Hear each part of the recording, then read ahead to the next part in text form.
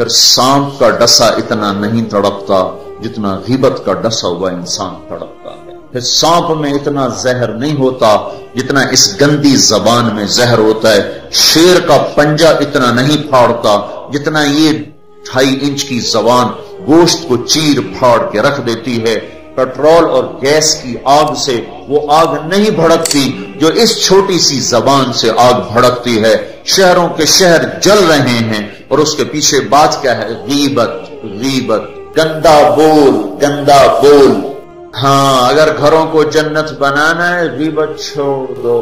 دھن رے دھنیے اپنی دھن، پرائی دھنی کا پاپ نہ پن.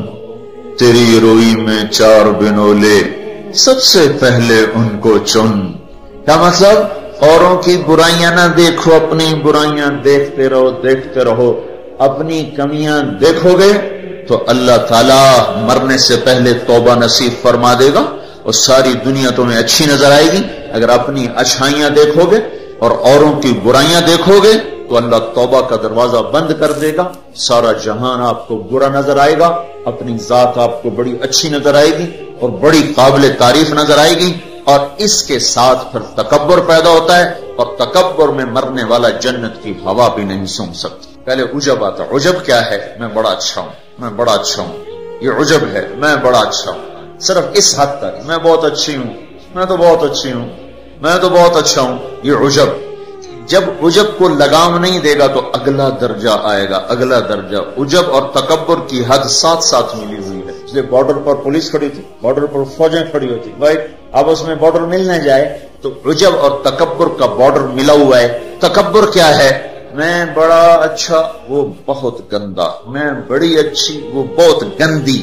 اپنی اچھائی کے ساتھ جب اگلے کی نفرت پیدا ہو جائے، اگلے کی حقارت پیدا ہو جائے، اس کا چھوٹا ہونا دل میں اتر جائے تو پھر یہ تکبر ہے. تکبر. اور تکبر عزازیل را خار کرد.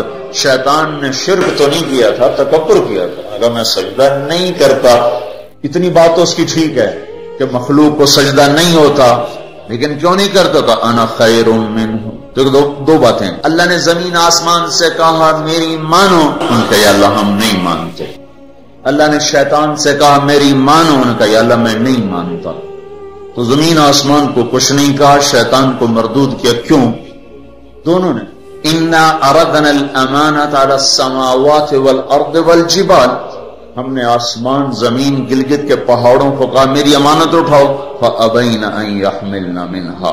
وہاں کہنے نہیں اللہ ہم نہیں اٹھاتے، ہم نہیں اٹھاتے، ہم نہیں اٹھاتے. ان کو تو کچھ نہیں کہا. اللہ نے کہا وَإِذْ قُلْنَا لِلْمَلَائِكَةِ اسْجُدُوا لِآدَمَ فَسَجَدُوا إِلَّا إِبْلِيسَ. اللہ نے کہا سجدہ کرو. شیطان نے کہا میں نہیں کرتا. مَا مَنَعَكَ أَن تَسْجُدَ لِمَا خَلَقْتُ بِيَدَيَّ. تو سجدہ کیوں نہیں کرتا؟ زمین آسمان تم بوجھ نہیں اٹھا رہے. نہیں اللہ ہم نہیں اٹھائیں گے. شیطان تو سجدہ کیوں نہیں کر رہا؟ میں نہیں کر رہا. فرق کیا ہے؟ شیطان نے کہا میں نہیں کرتا. کیوں نہیں کرتے ہو؟ انا خیر منہ، میں اچھا ہوں، یہ برا ہے. خلقتنی من نار، میں آگ سے بنا، آگ اوپر جاتی. دیکھو نا دیا سلائی کو آگ لگاؤ اور اس کو الٹا بھی کرو تو آگ اوپر جاتی، آگ اوپر جاتی.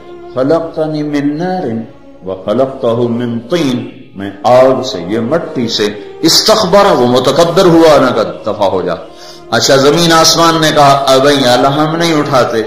اللہ کہا کیوں؟ وہ اشفق، یا اللہ ہمیں تیرا ڈر، اللہ ہمیں تیرا خوف ہے کہ ہم تیری امانت اٹھا نہیں سکیں گے. اللہ ہماری ہمت نہیں کہ ہم تیری امانت. اشفقنا منہا، وہ ڈر گئے کہ اللہ ہمارا بس کا نہیں ہے. اللہ کا جاؤ معاف کر دیا. انہوں نے کہا میں اچھا ہوں، مردود ہے قیامت تک کے لیے.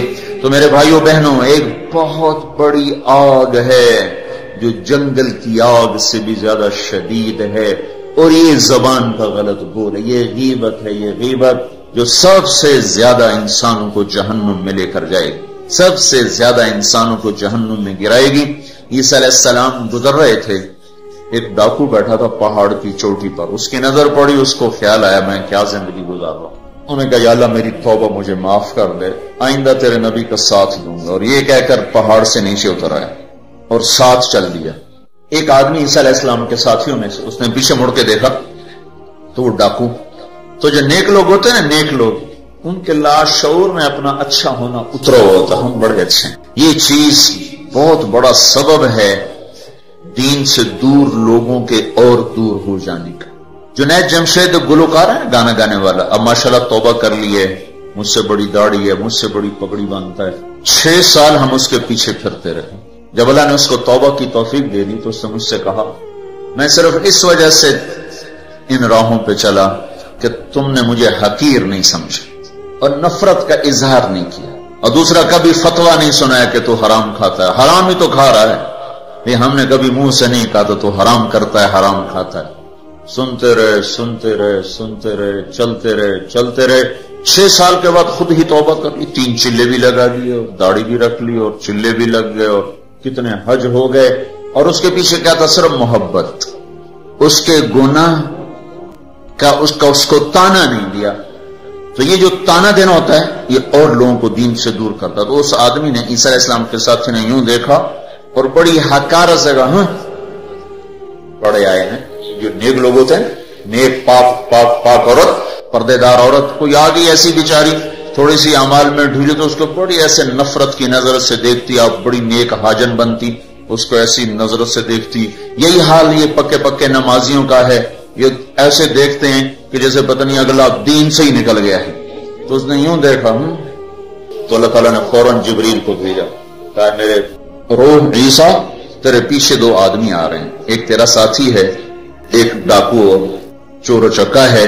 ڈاکو سے کہو تیری توبہ پر تیرے پچھلے سارے معاف، تو نئے سرے سے عمل کر. اور اپنے ساتھی سے کہو تیری نفرت کرنے پر تیری ساری نیکیاں برباد، تو بھی نئے سرے سے اب نیکیاں، تیرا سب ختم. تو ٹھیکیدار ہے میرے بندے کو حقیر سمجھنے کا. تو میرے بھائی اور بہنوں، ہمارے گھروں میں آگ ہے، آگ، اور وہ آگ چولہے کی آگ سے تیز ہے، پیٹرول گیس کی آگ سے تیز ہے، اور وہ غیبت کی بھڑکائی ہوئی آگ ہے. یہ وہ آگ ہے جو زبان نے بھڑکائی ہے، اس کو پانی سے نہیں بجھایا جا سکتا. تمہارا گلگت کا خوبصورت بہتا ہوا دریا یہ سارے کا سارا روک کر گلگت کے اوپر ڈال دیا جائے تو بھی یہ آگ ٹھنڈی نہیں ہو سکتی. اس آگ کو ٹھنڈا کرنے کا اللہ تعالیٰ ہی نے کہا ہے طریقہ، جو بتایا کہ لا یغتب بعضکم بعضا، بند کر لو زبانیں، غیبت مت کرو. لا تجسسوا، ہمارے نبی نے کہا کسی کی ٹو نہ لگاؤ کیا کرتی ہے کیا کرتا ہے. لا تحسسوا لا تجسسوا، تحسس کیا ہے؟ خود پیچھے پھرنا، اور تجسس کیا ہے؟ کسی کو پیچھے لگ جاؤ دیکھو کیا. جیسے پولیس ہی نہیں، حکومت والے CID لگاتے ہیں نا، CID، یہ تجسس ہے. تجسس جاسوس، اسی سے جاسوس ہے، تجسس سے جاسوس. اور وہ رپورٹ لکھتے ہیں، وہ الٹی لکھیں سیدھی لکھیں، اسی پہ فیصلے ہوتے ہیں.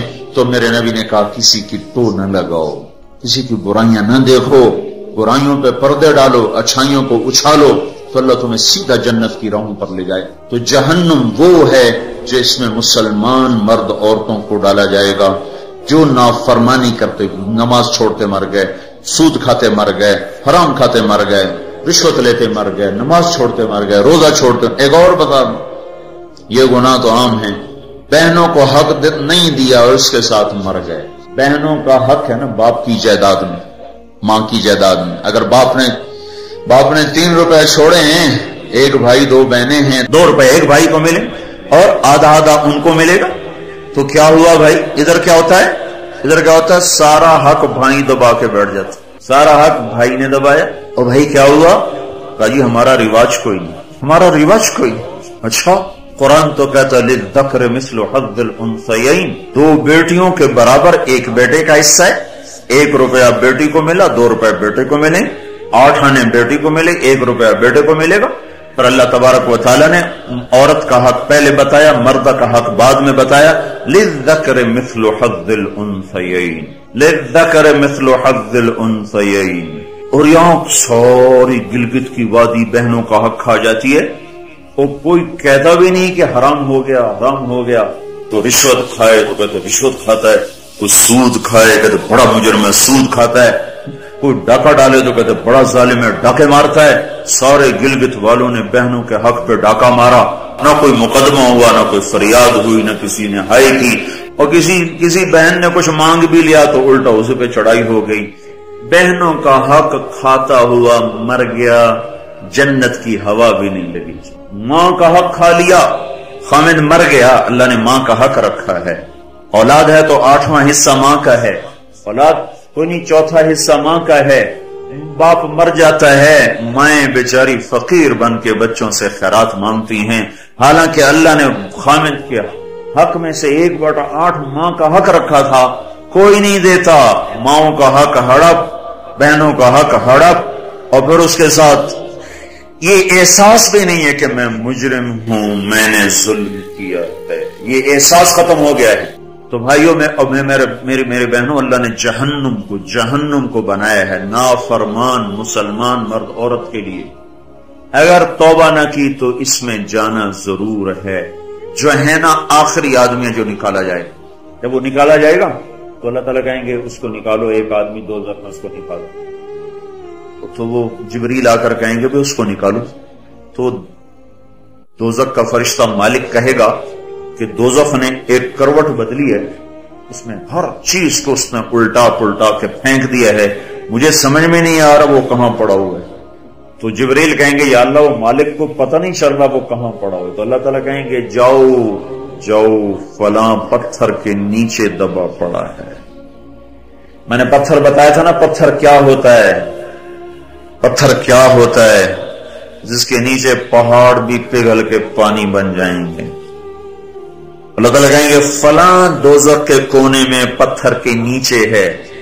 تو جبریل بھی اندر جائے گا اور وہ مالک بھی اندر جائے گا. وہ پتھر کو اٹھائیں گے تو نیچے منہ کے بل گرا پڑا ہوگا اور اس کے اوپر آگ ہی آگ ہوگی، اور وہ زبان سے کہہ رہا ہوگا یا حنان یا منان. ایک دفعہ جبریل آئے گا یا رسول اللہ آپ کو دوزخ کے سنوں کا سنیں کہ جہیم میں حاویہ میں منافق ہیں، جہیم میں مشرک ہیں، سقر میں صابی ہیں مجوس ہیں، اور سعیر میں مجوس ہیں، لظہ میں یہود ہیں، حطمہ میں عیسائی ہیں. اور کہہ کر جبریل چپ ہو گئے. تو آپ نے کہا اور کیا؟ کہ جی آپ سے شرمت کہنے نہیں بتاؤ. کہا جہنم میں آپ کی امت ہے، نافرمانی کرتے ہوئے جو مر گئے توبہ کیے بغیر. تو ہمارے نبی بے ہوش ہو کے گر گئے اور روئے جا رہے، نہ کسی سے بات کر رہے، نہ کلام کر رہے، نہ کھانا کھا رہے، روئے جا رہے.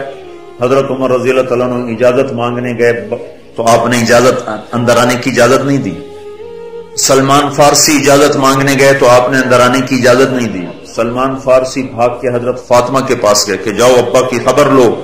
وہ رو کے ان کا حال برا ہے اور کسی سے بات نہیں کر رہے، کھانا نہیں کھا رہے. حضرت فاطمہ رضی اللہ تعالیٰ عنہ دوڑی ہوئی تشریف لائیں، دروازے پہ دستک دی تو آپ نے، چونکہ حضرت فاطمہ سے محبت بے پناہ تھی تو آپ نے فوراً اجازت دے دی. اندر آئیں تو کہا ابا جان کیا ہوا، میں آپ پہ فدا قربان، آپ کا یہ حال کیوں بنا ہے، کیا ہوا ہے؟ تو آپ نے کہا فاطمہ میری بیٹی، مجھے جبریل نے بتایا ہے میری امت کے نافرمان مرد عورتوں کو جہنم میں جانا ہوگا. رامنا کتنے نوجوان ہوں گے جو کہیں گے ہائے ہماری جوانی پہ کرم میں رحم کرو، پر کوئی رحم نہ کھائے گا. کتنے بوڑھے ہوں گے جو کہیں گے ہمارے بڑھاپے پہ رحم کرو، کوئی رحم نہ کھائے گا. کتنی عورتیں ہوں گی جو ننگی ہو کر جہنم میں پھینکی جائیں گی اور ان کے بالوں کی چوٹیوں سے پکڑ کر فرشتے ان کو گھسیٹ رہیں گے اور کہیں گے ہائے ہماری بے پردگی، ہم پر رحم کرو. ان پر کوئی رحم کرنے والا نہیں ہوگا. مجھے یہ خبر رلا رہی ہے، بے قرار کر رہی ہے. تو لیبلوکم ایکم احسن عملا، ان قریب موت پر یہ سب کچھ کھل کے سامنے آنے والا ہے. اللہ تعالیٰ نے اس کی تیاری کے لیے ہمیں یہاں بھیجا ہے. ہم آزاد نہیں ہیں، اللہ اس کائنات کا بادشاہ ہے. زندگی موت کا نظام بنایا اور عزت اور ذلت کا نظام بنایا، جنت اور جہنم کا نظام بنایا، عرش فرش زمین آسمان چاند تاروں کا نظام بنایا، اور دنیا اور آخرت کی ساری عزتوں تک پہنچانے کے لیے حضرت محمد صلی اللہ تعالی علیہ وسلم کو رہبر بنا کر، ہادی بنا کر قیامت تک کے آنے والے انسانوں کے لیے رہبری کا طریقہ دے کر آپ نے مدینے مکے کی پہاڑیوں سے آپ کو چاند بنا کے، سورج بنا کے آپ کو طلوع فرمایا. اور پھر قیامت تک کے لیے سورج چمکتا رہے گا، یہ چاند چمکتا رہے گا، نہ یہ گھٹتا ہے اور نہ اس پر کوئی گہن لگتا ہے، نہ اس پر کوئی داغ آتا ہے، نہ اس میں کوئی آگ ہے. آپ ساری دنیا کے مردوں عورتوں کے لیے عزت کا راستہ لے کر آئے، بلندی کا راستہ لے کر آئے، کامیابی کا